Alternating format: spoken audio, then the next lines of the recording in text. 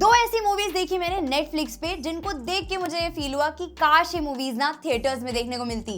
एक Tamil film industry से comedy drama movie dragon और दूसरी मलयालम फिल्म इंडस्ट्री से crime investigation thriller officer on duty. तो पहले एक ऐसी मूवी जिसने ना मुझे डाउट में ही डाल दिया कि मैं इसको 3 इडियट्स से कंपेयर करने लगी। 2009 में जब 3 इडियट्स आई थी तो उसने हमें करियर के साथ साथ लाइफ लेसन्स भी दिए थे, वो भी एक कॉमेडी फॉर्मेट में। बट अगर ये मूवी देखोगे ना तो शायद आपके दिल में रैंचो की जगह ड्रैगन ले लेगा, पैरों से ताली बजाओगे। सच में इतनी बढ़िया मूवी है। तो मैं बात कर रही हूँ तमिल मूवी ड्रैगन की, जो नेटफ्लिक्स पे हिंदी डब वर्जन में रिलीज हुई है और जो सिर्फ 37 करोड़ में बनी है, अब तक 150 करोड़ से ऊपर का बिजनेस कर चुकी है। और सक्सेस का एक बंदे की लाइफ में क्या मतलब हो सकता है ना, वो ये मूवी जिस तरीके से सिखाती है। 2 घंटे 37 मिनट की पिक्चर है और उतना ही टाइम आप इस मूवी से चिपक के बैठोगे। सक्सेस के लिए कोई शॉर्टकट नहीं होता। इस लाइफ लेसन के साथ साथ और पता नहीं कितने लाइफ लेसन एक साथ ये मूवी आपको देती है।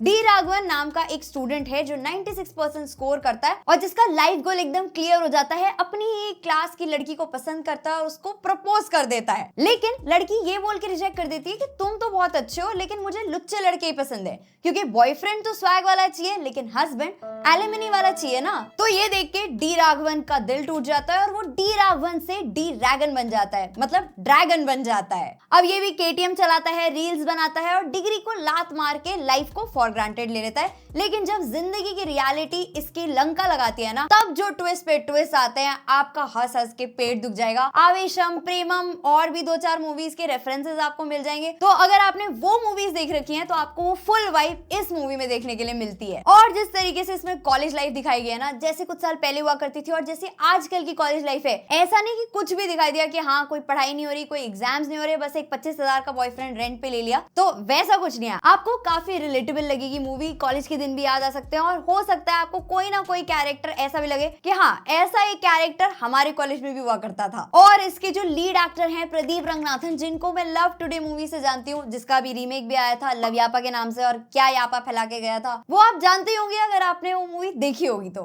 हाँ, तो यहाँ पे इनको देख के आपको वो धनुष वाली वाइब्स आ सकती है कि ये तो धनुष जैसे लगते हैं, लेकिन बंदे की एक्टिंग एकदम ही टेरिफिक है। फाड़ दिया है इस पतले दुबले लड़के ने, क्या ही एक्टिंग करी है। ऐसा लगा है एक पिक्चर में 3 रोल निभा दिए हैं। एंड वैसे तो इनके साथ 2 नहीं 3 और एक्ट्रेसेस हैं, बट एक स्पेशल मेंशन जाता है टू जॉर्ज मारियन, जिनकी आप तारीफ करते नहीं थकोगे। एंड में आपका मन करेगा कि इस कैरेक्टर को जाके एक जादू की छप्पी दे दूं। और जो डब मूवीज के गाने होते हैं ना, यूजुअली इतने अच्छे नहीं होते, लेकिन इस मूवी के सारे गाने मुझे काफी अच्छे लगे। स्पेसिफिकली जो क्लाइमैक्स से पहले सॉन्ग आता है वो बहुत सही था और जो एक ड्रैगन टाइटल सॉन्ग है ना, वो भी काफी सही था। तो सुपर कॉमेडी है, इमोशन है, मैसेज है, स्क्रीन प्ले अच्छा है, आपको एंगेजिंग रखता है, ट्विस्ट पे ट्विस्ट देखने के लिए मिलते हैं, साउंड डिजाइन अच्छा है, प्रोडक्शन क्वालिटी अच्छी है, एडिटिंग अच्छी है, स्वैग है पिक्चर में और क्लाइमैक्स एकदम दिल को छूने वाला है। फैमिली फ्रेंडली मूवी है, किसी के साथ भी देख सकते हो। Highly recommended. एंड नेक्स्ट जो मैंने मूवी देखी, another police investigation based movie